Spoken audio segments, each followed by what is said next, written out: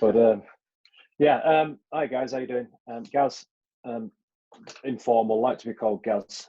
And yeah, as Rob just said, I own a couple of gyms, one in Rochdale. I don't know what your geographical location is, but one in Rochdale. It kind of borders Rochdale and Oldham, and the other one is in Bury. And I've owned the Rochdale one for about 4 years. I opened it up. I left the army. I used to be in the army. I spent 24 years in the army. Joined when I was 16, left when I was 40 because I'd had enough. Several tours of Afghanistan and Iraq and Bosnia and places like that kind of had its toll on me.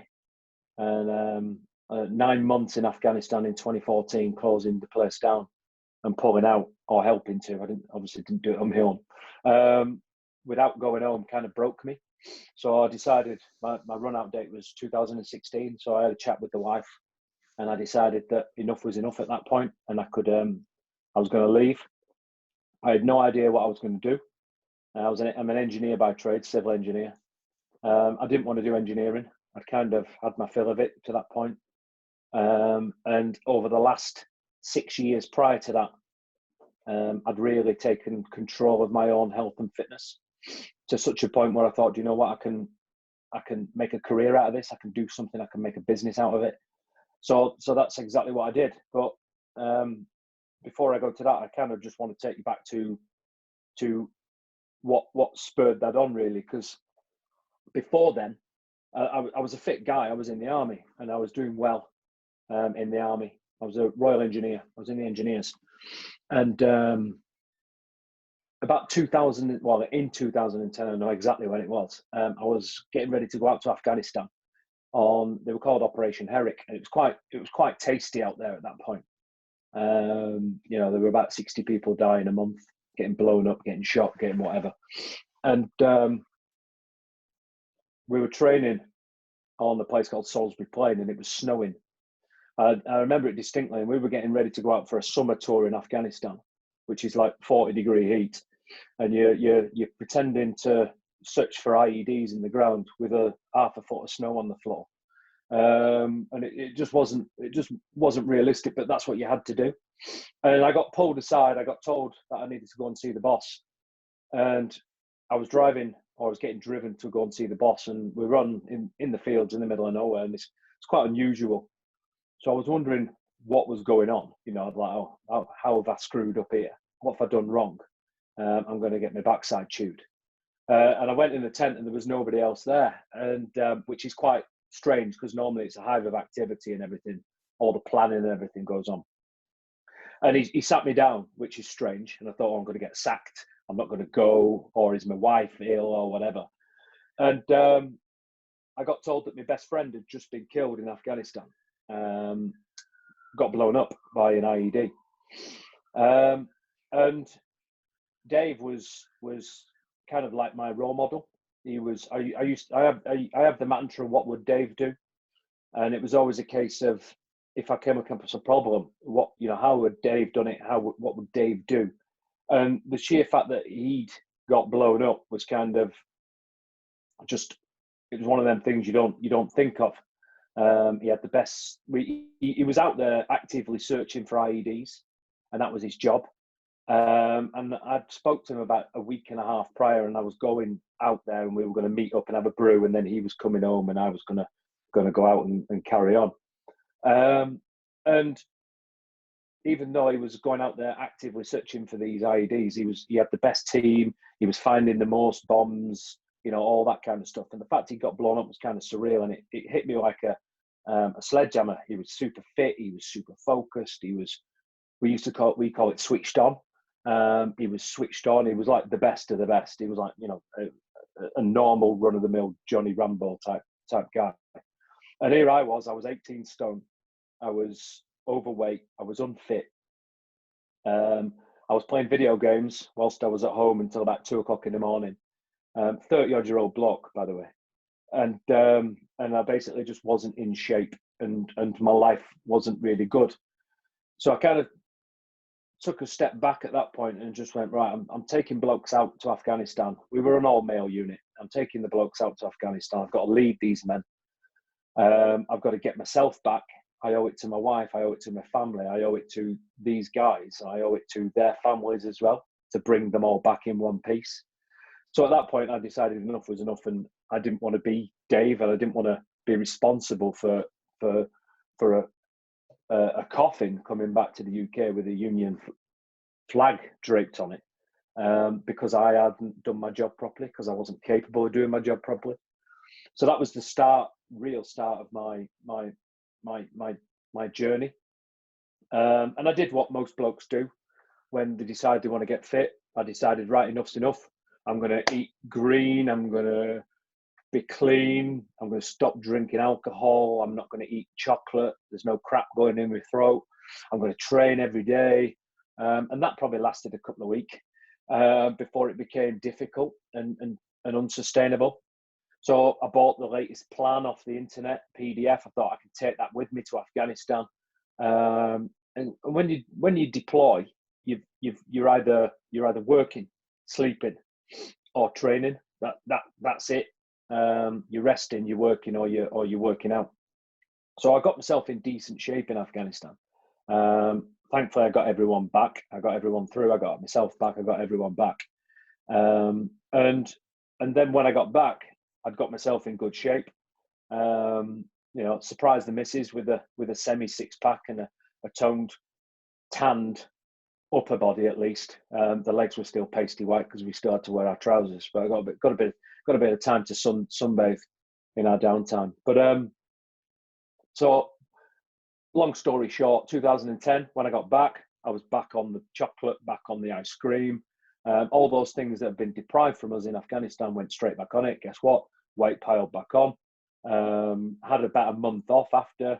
A few things started running around in the head on the stuff that had happened in Afghanistan. Slipped back to what I was doing. 2011, decided that I was going to start again. Got a new job, got moved in the army, got myself back in shape. Once I got myself back in shape, slipped out of shape again. And that kind of rebounded all the way until 2016 when I opened the gym. And then I had to be a role model. I saw myself, well, I'm a role model now to my clients. I can't be this out of shape yo-yo dieting guy. So I battled with it, at which time I took up kettlebells and a thing called kettlebell sport in 2016. I found out I was pretty good at it. So I'm 40-year-old at this point. A year later, I became world champion at kettlebell sport. And I defended the world championship for further 2 years. So I was like 4-time world champion because I kind of expanded. So I got 2 in 1 year. So and then I started ultramarathon running when I was 43.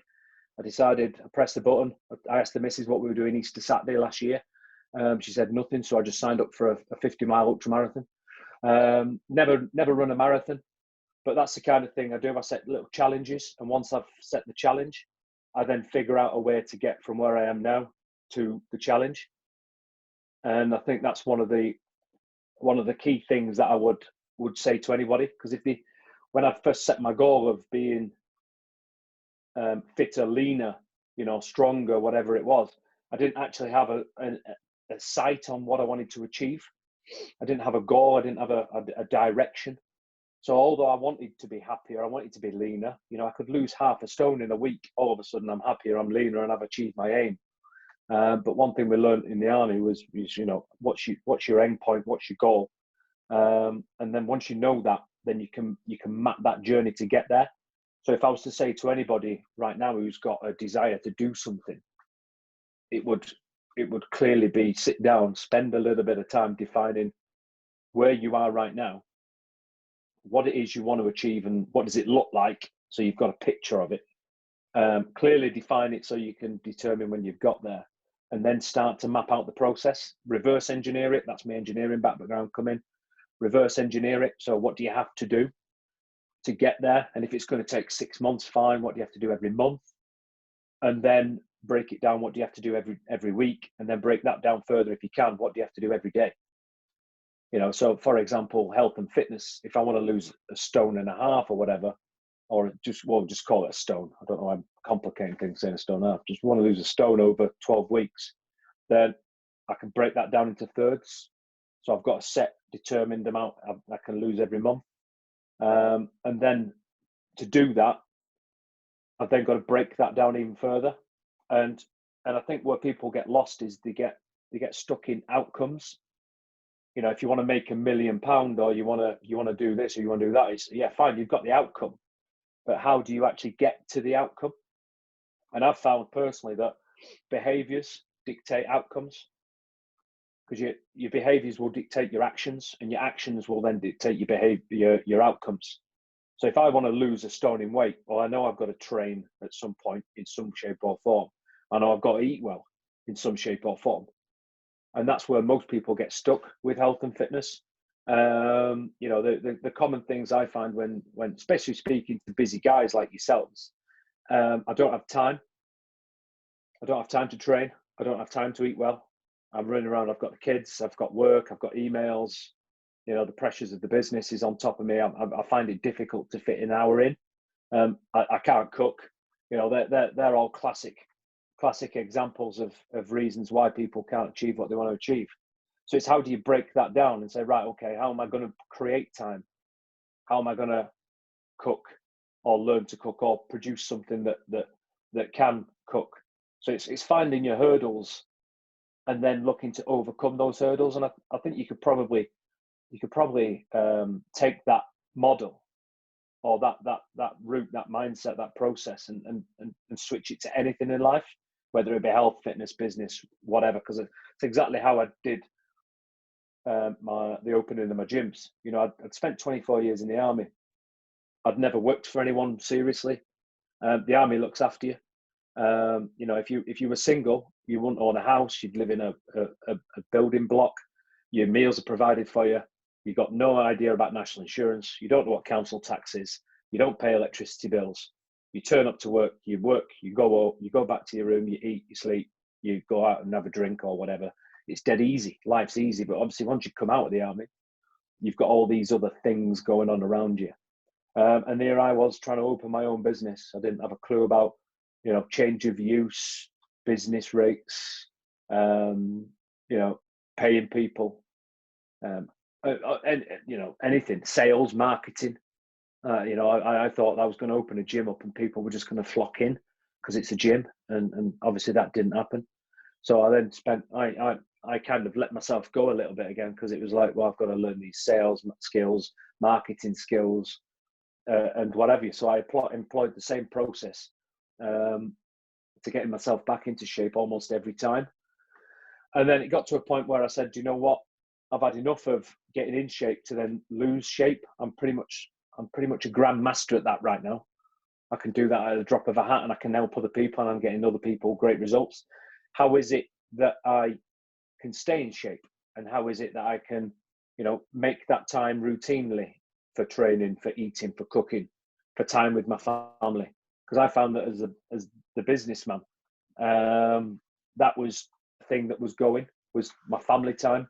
I was answering emails. Are we taking the dog out for a walk? No, I'm too busy. You know, come on, let's go and see the godchildren. No, I haven't got children of my own, because but that's a different story altogether. And the it's sorry, I've just thrown myself there. I haven't got time for my own family, basically, because the business demanded so much of my time. So I kind of had to dig in and look within myself on how I was going to solve that. And I've sought coaches, you know, I've seen consultants and mentors and all that kind of stuff. But ultimately, you got to do it yourself. And I've got a few notes here. I'm kind of going off it. But first thing I found is you got to schedule. If you're busy, you've got to create a diary, and you've got to schedule time in. And there's no such thing as you haven't got time. I see successful people far busier than me get out, and far more successful than I am get out and train and eat well and spend time with the family. And I'm asking myself the question all the time is, how can they do it and I can't? And from me looking into what they do and how they do it, almost all of them to a person, whether it be man or woman, schedule their time. They diarize things in. So at the start of the week, I'll plan the week to the best that I can, and I'll schedule in family time. So I kind of work in 90-minute blocks and have a half-hour break. So I'll do 90 minutes, half hour off, 90 minutes, half hour off throughout the day. And I'll schedule in, say, a 90-minute period for I'm training then. Right, there's my lunch, that's in. Or if I know I'm on the road or I'm in a rush, I schedule time to cook the meal for the next day. It generally, invariably, just becomes an add-on from the meal from the day before. It just becomes that, like I make more and just have that for the next day. But I schedule time in, and if I break that time, if something comes up, so what? But it's been scheduled in, and then when I wake up in the morning, and as part of my routine first thing in the morning, is I look at my schedule for that day, and it's broken down into 30-minute segments, mainly 90-minute working blocks with half-hour breaks, and therefore I can put that time in, and then if people want that time, then it's got to be a damn good reason, especially if I've trained my brain. If it's family time or if it's my time for me, then it's got to be a damn good reason for me to give it up. And I'm a big believer in that. And one thing I tell to my clients all the time is they say, oh, people call me selfish if I want time for myself. And my response to that is, well, if you haven't got time for yourself, you can't work on yourself.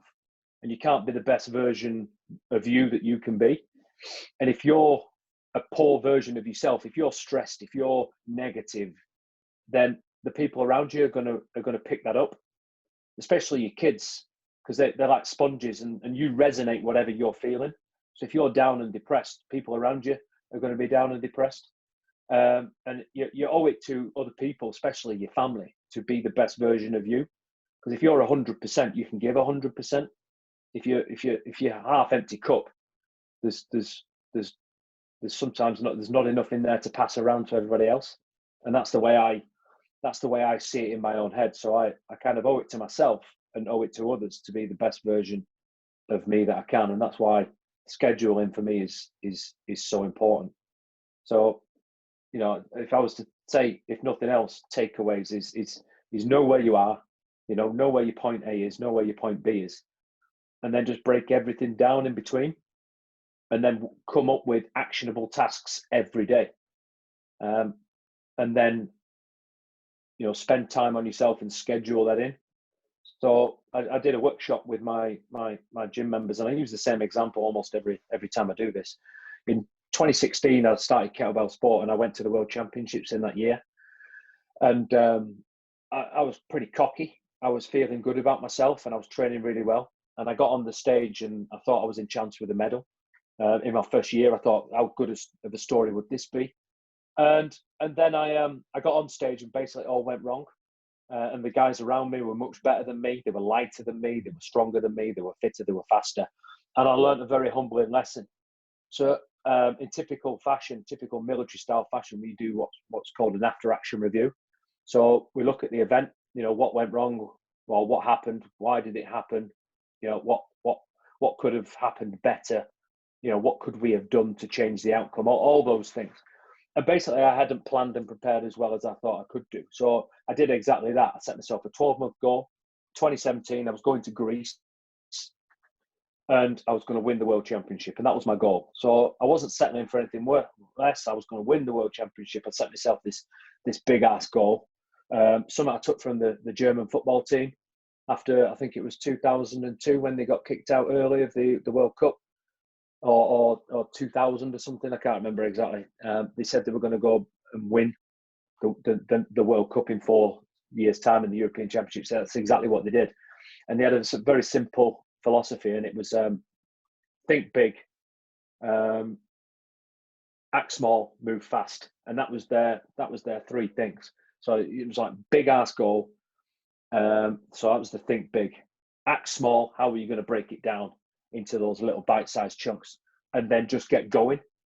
Because probably the bit I want to finish on really, and I'll come back to it, is the get going bit. So I kind of said, right, to get to that point as a world champion, they've got to train. So I set myself my training schedules in monthly blocks. So it was 12-week blocks, which we then split into monthly blocks. I had to be 87 kilograms to compete in my class or lower. And I didn't want to be too light because I wouldn't be as strong or as powerful as I could be. And so I had to sort my nutrition out as well. And then I had to get myself there. So I had 3 big goals. I had to get to the venue. I had to be 87 kilos or just under. And I had to be, at a set rep range. In kettlebell sport, it's 10 minutes amateur with 2 24-kilogram kettlebells. Now, a lot of you look like you train. 2 24-kilogram kettlebells, and you basically got to clean and jerk these 2 kettlebells without putting them down for 10 minutes. And it's the person who gets the most reps in the end wins. And I figured that I needed about 90 in 10 minutes to win. So I set my training schedule for 95. So I broke it down. So I knew I had to train 3 times a week with my kettlebells. I had to do some accessory work, cardio work. I had to do a lot of flexibility work. So I planned that in every week. I knew I had to eat well every week, with giving myself some leeway because I'm only human. And I had to book my flights, book my hotels, book my accommodation. I had to make sure I got it all done at a certain time. I didn't want to leave it too late. I had to get transport to the airport. So, I set myself milestones and I set myself little tasks every day. And if you refer that back to just general health and fitness, you could say, right, okay, this week, I'm going to train 3 times a week. This week, I'm going to, create myself some headspace to think 3 times a week. I'm going to eat well 5 days out of the 7. And the reason why I say that 5 days out of the 7, 3 times a week and whatever, is that I find that people telling themselves they're going to eat well all the time is unrealistic. I've got a movie quiz on tonight with the gym, and I'm probably going to have some ice cream whilst I'm hosting that movie quiz because I want some ice cream. I love ice cream. I love chips. I love chocolate. So I have these things. Just because I own a gym doesn't mean I'm this saint that and work with men's health and fitness. I am this saint because you've got to stay sane. People like a beer, they like a pizza, they like a burger. I always say that one burger doesn't get you fat. It's the burger, the Pringles, sat in front of Netflix, with the bottle of wine just before you go to bed. That time and time again is the kind of thing that gets you fat. So it's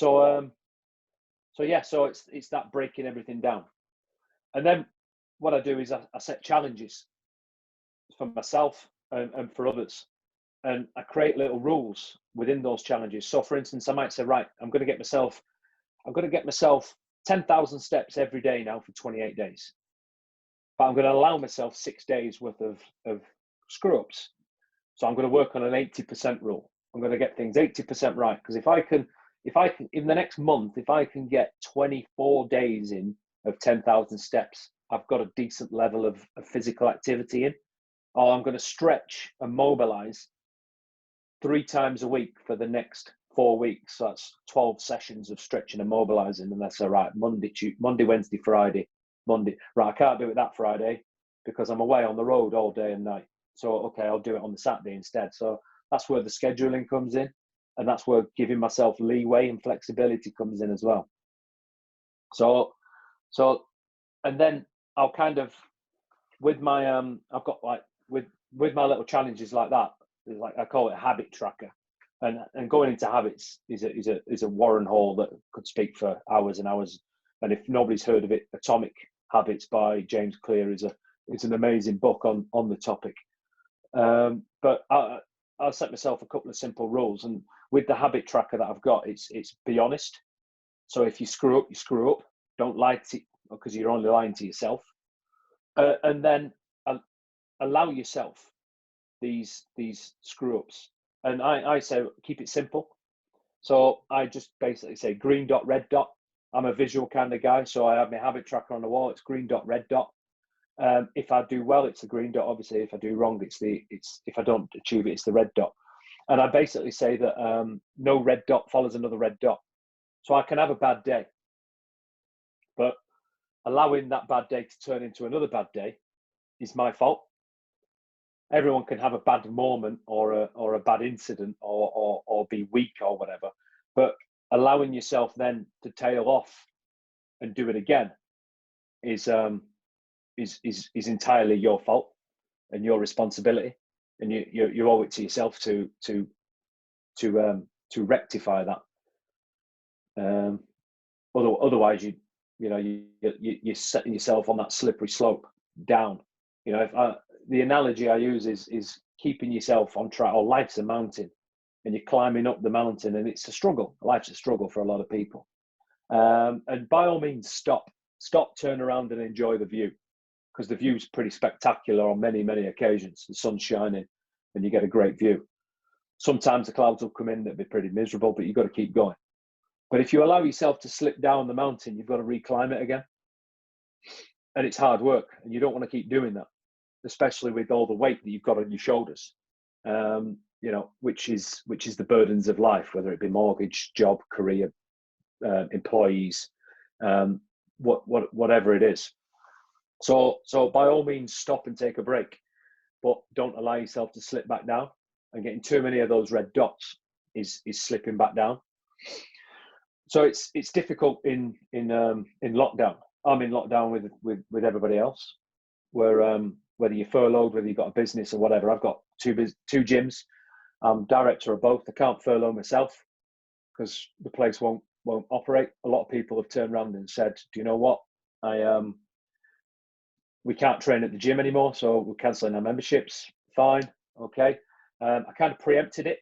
I saw it coming before Boris decided that he was going to close gyms on the 23rd of March. We went online. So the Friday before, we started training outside. So we did Friday and Saturday training outside to kind of create space for people.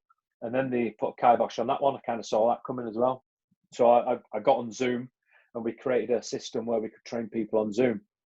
So we kind of got over that hurdle by doing that. And then we're in lockdown. We've kind of refined the system on how we're doing, so we're always looking to better ourselves. But I'm close by the fridge. I'm human. I love a brew. I go into the kitchen. I put the kettle on.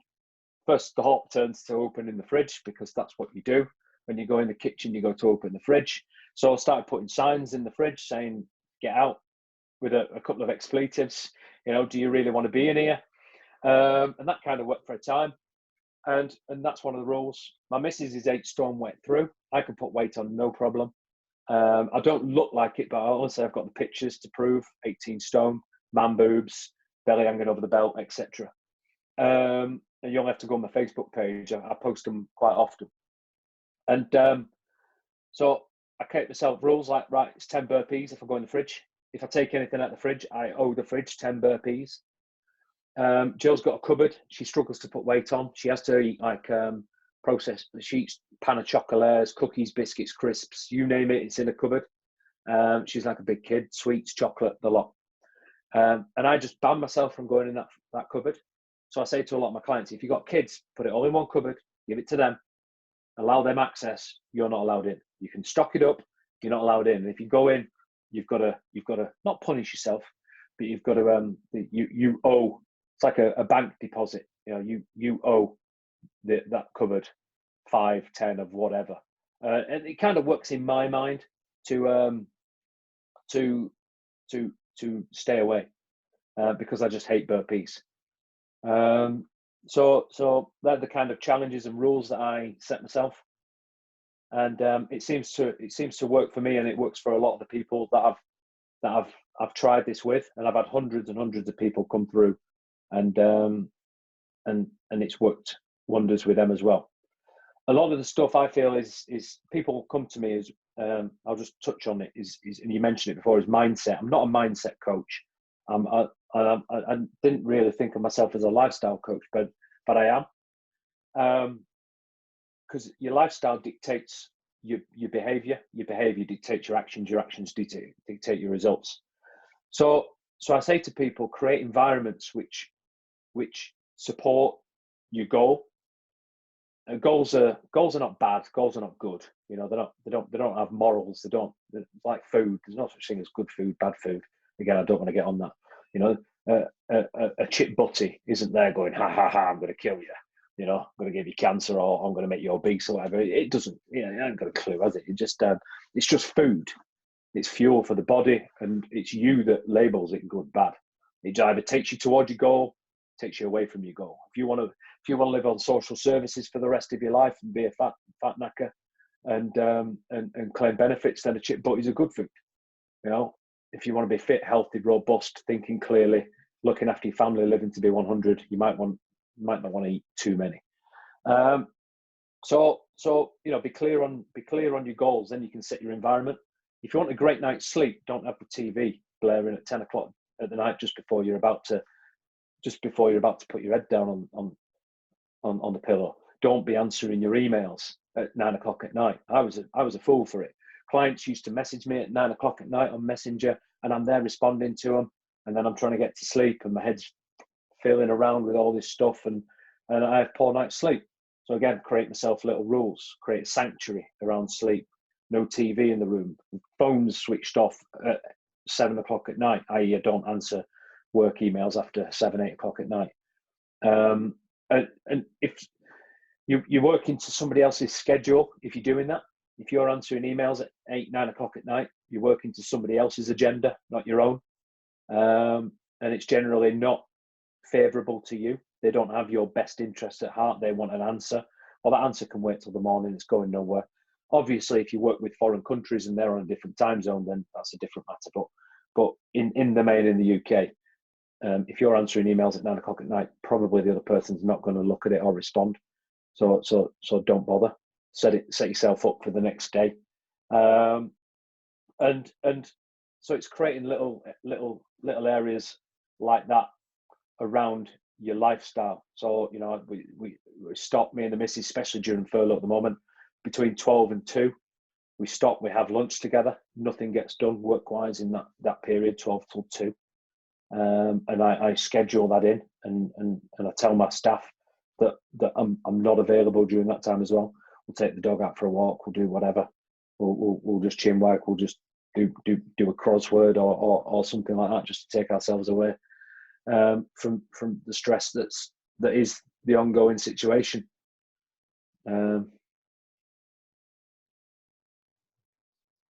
Okay, so cool. Oh, sorry, cool. Non-stop there for about. That was mega. Minutes. Sorry, that was. Right, say one, me. before we stop, what I will say is the key I found with anyone is accountability.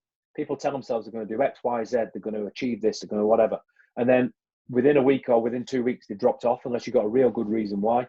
So I get people to tell people what your goal is. How many of you have come up with a goal? You've got a real good idea. You committed, and then you hide it from other people. You hide it from the world. Tell people. You know, I tell the missus, I used to take food off people's plates. You know, obviously they finished. I wasn't hungry. I'd take food off people's plates because I've always done it. So I said to the missus, right, I don't want to do that anymore. Stop me or remind me. So tell people what your goal is and what they need to do to play their part in helping you. And I find a lot of people, when it comes to relationships, especially in the family, if you want to lose a stone and the missus is putting pardon me French, she's putting a big plate in front of you, piled high, because that's what you normally eat and that's what you enjoy, and she's doing it out of love, care, and attention, then that's what she's going to do. But if you say, look, Miss Honey, I'm trying to lose a stone, can you just reduce the portion sizes a bit, or stay easy on the gravy, on the mash, or whatever, then, you know, 9 times out of 10 they're gonna support you if they know which direction you're going in. Because if they don't know which direction you're going in, they're going to go in the direction they think you want, and generally it ain't the same. So you kind of end up pulling at not opposite directions, but you know, it gets strained. So bring people along with you, shout from the rooftops what your goal and what your aspiration is, and people will follow. Generally, that's what I've found. Same in business, you know, tell people what you're trying to achieve. I'm sure if you're businessmen and you're successful, you tell people, right, the target is this is what we're doing. So you all come together, you all work together, and you all go in the same direction. And the same is true with health and fitness. Right, I don't want to be disturbed between 12 and 2 because you're messing up my family time. If you mess up my family time, I'm a grumpy, bald-headed git, and you're going to get it in the neck. You know, that type of thing. So it's just keeping people on side and just keep people holding accountable. So when you're putting that custard cream in your mouth, people going, I thought you said you didn't want to eat those. Yeah, okay, you're right. And you've created that barrier, you've created that extra hurdle for you to get over. And you can have the things that you want, just make it difficult for you to get to the things that you want. When it comes to things like food, junk food that you don't want to eat. So I think just looking at the profile of people here. John's got a question for you. I'll ask that question in a minute. Mainly the profile of people on the call here are, I know Mark is training for England hockey. I know Keith is very active. He play I think it's tennis now. Maybe squash when I first met him. John's entering cycling races around the world. I know Chris Mann does a bit of running and that kind of stuff. Just what I know. David Bay's got to go. Nice to speak to you, mate. We'll catch up with you later. I'm lucky enough that at the moment I've still got I've got 2 businesses paying me. It might go to 1 at some point. I don't know. So I've maintained my membership to the community gym that I'm part of, which is a bit like yours, isn't it? It's not just here's the doors, come in and do some bicep curls. There's a coach and there's help and there's nutrition, there's lifestyle stuff, and I found that really key. Yeah, I've kept that on, and in my head I'm going, look, for £2.50 a day, these people are helping me move through each day. Like whether it's recommend an app for meditation, something to do stretching, and then a daily program, which actually only takes 30-40 minutes when you're stood in the garden with a bloody bag of sugar or whatever you're using instead of gym equipment, and stayed in pretty good shape. But from what I can see is, when everyone was jumping around doing Joel Wicks with the kids 6 weeks ago, that kind of stopped, and it's now restarting into some positive habits to be able to eat well, move well, get up in the morning, not watch 3 hours of telly at night, read something positive, listen to something positive, completely on your own back, because you are at home for probably the next few weeks at least. Is how you helping your contacts sort of really take accountability for themselves, not just to you who would physically see them each day. Yeah. Okay. Good question. Well, we get them first and foremost. It takes time. We get them to, if someone was coming to us right now, it's not just a case of, right, you're going to feel better tomorrow. And unfortunately, in today's world, people want the result now. You can click on Amazon, you can buy something now, you can go online and you can transfer your money wherever.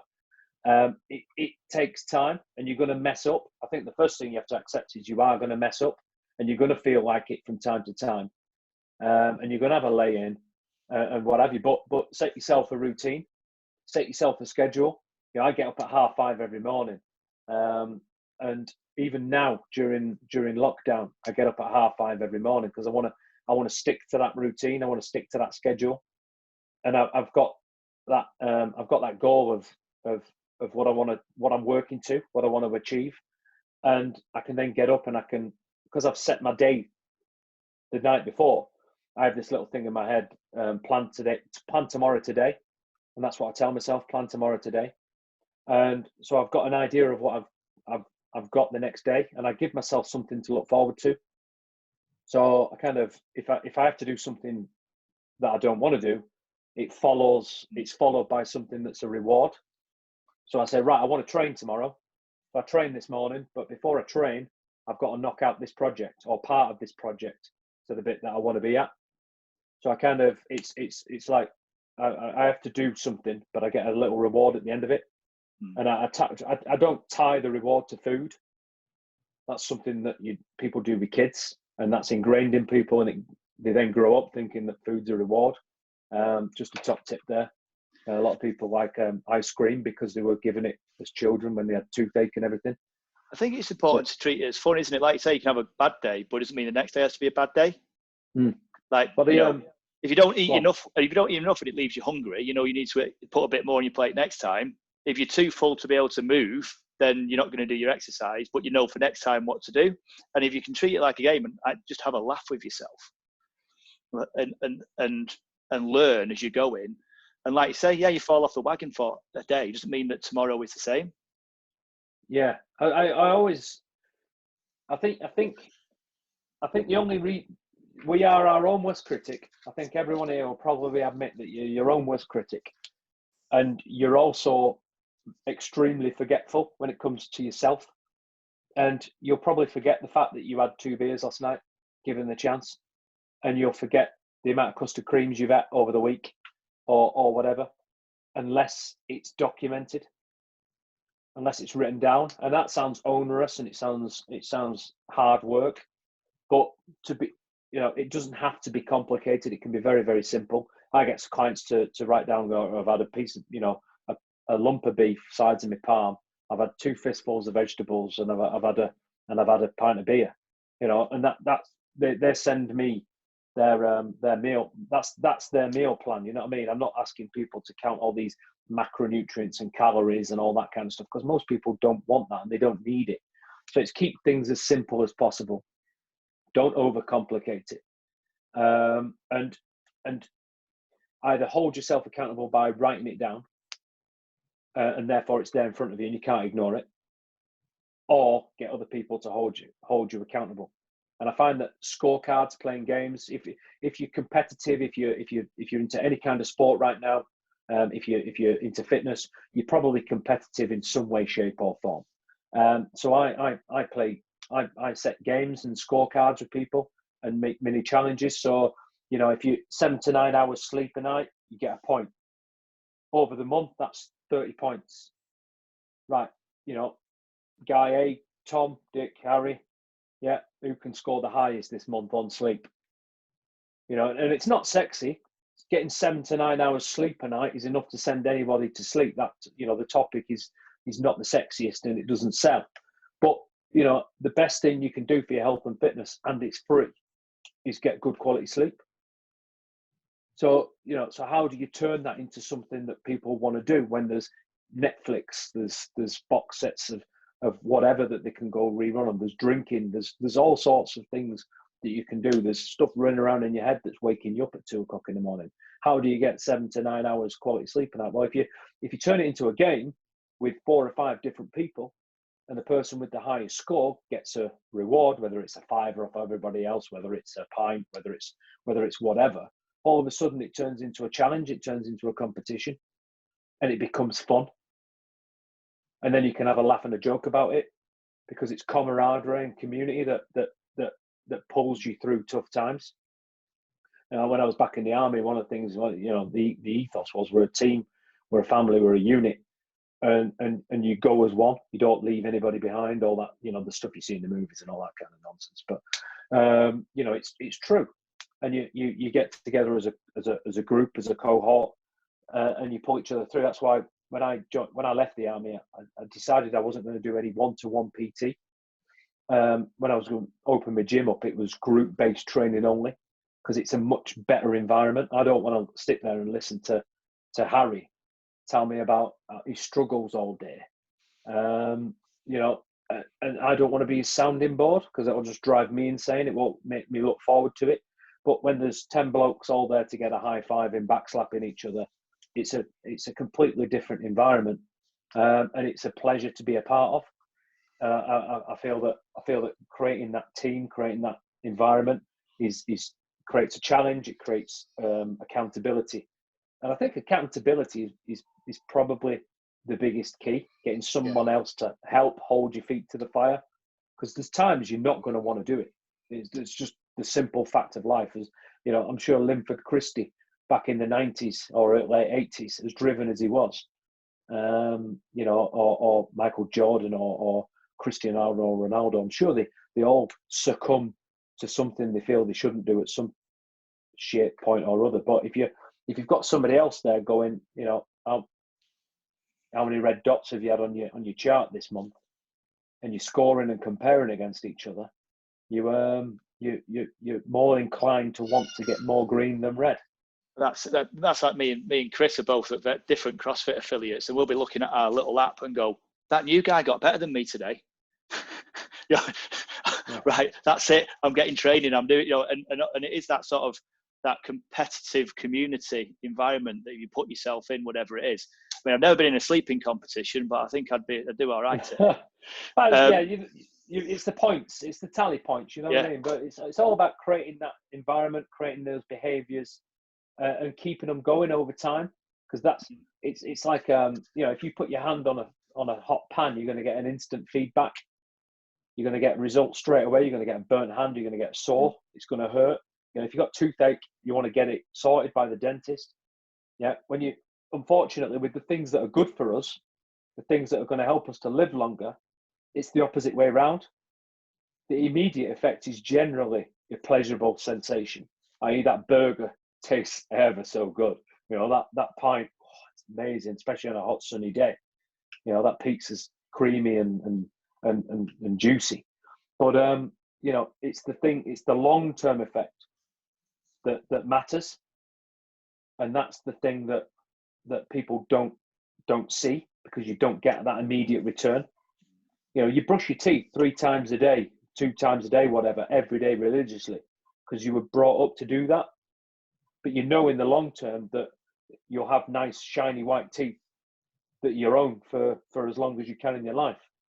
If people say eat well, people don't see that if you eat well, move well, think well, then you're going to live well, and you can quite happily be 80, 90, 100-year-old.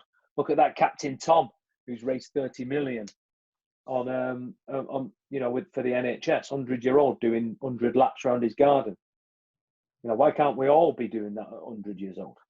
Why, just because the norm is, obesity is rising, diabetes is becoming more prevalent, and people are dying of heart attacks more, doesn't mean it's right, but it's becoming normal.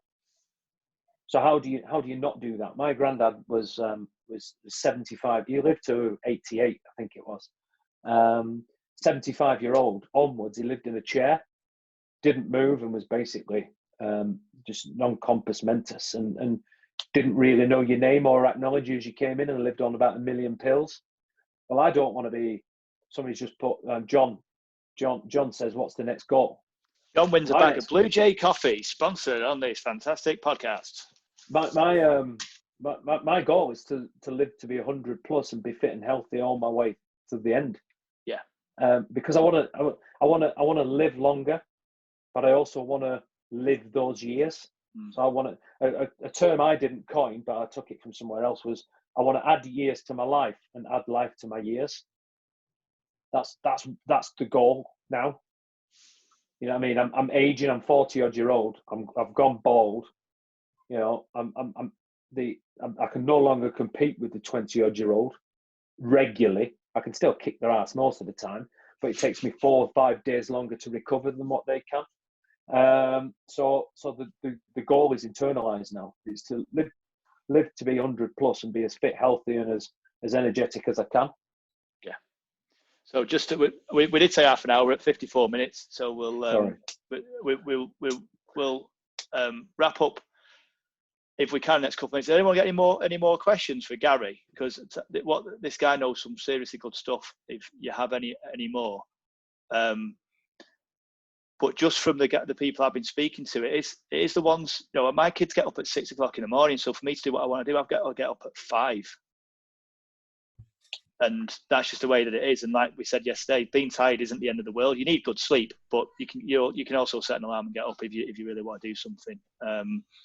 And Gary, you're impacting a lot of people. I know there's loads of people in Rochdale talking so well of what you're doing for them, and none of them are saying that you give them massive biceps and and bikini bodies and stuff like that. They're just saying that you're changing their lives in terms of how they view what they do, how they'll find a time for an hour a day just to look after themselves. And like we said yesterday on our little chat, if you look after yourself, you can look after everybody else. Yeah, well, I've got one of my guys is on here, Mark Dixon, and Mark was he was 20-odd stone, and he's now sitting at he's 6'7", like big lad, like scary as well. But he's now sat around about 17 stone something, in 50-odd-year-old, in amazing shape with huge shoulders, massive biceps, and we don't train biceps, we don't train shoulder, we don't train particular muscle groups. I just say, exercise well, lift weights, move around often, move fast occasionally, and pick heavy stuff up off the floor or whatever. And it doesn't have to be complicated. It doesn't have to be this best program. It doesn't have to be the best diet. Just get going. And the thing I wanted to finish on was take action. You know, how many people come up with a plan? How many people listen to something like this, get a load of good information, and then do nothing with it? You know, you can Google whatever you want. Information's free, but it's a case of actually taking action and getting going. The first step is always the hardest, as they say, and it's just the way I like to do things. One of my gym managers hates me because I'll just go in and go, right, we're doing this. I've done this. And she went, well, you didn't tell any of us. I went, no, because if I told you, you'd give me 1,000,001 reasons why not to. So I'm just doing it. And she went, how are we going to do it? And I went, I have no idea. We're just going to figure it out in a minute. So I get going and I commit myself to the act. And then I tell everybody that I'm going to do it.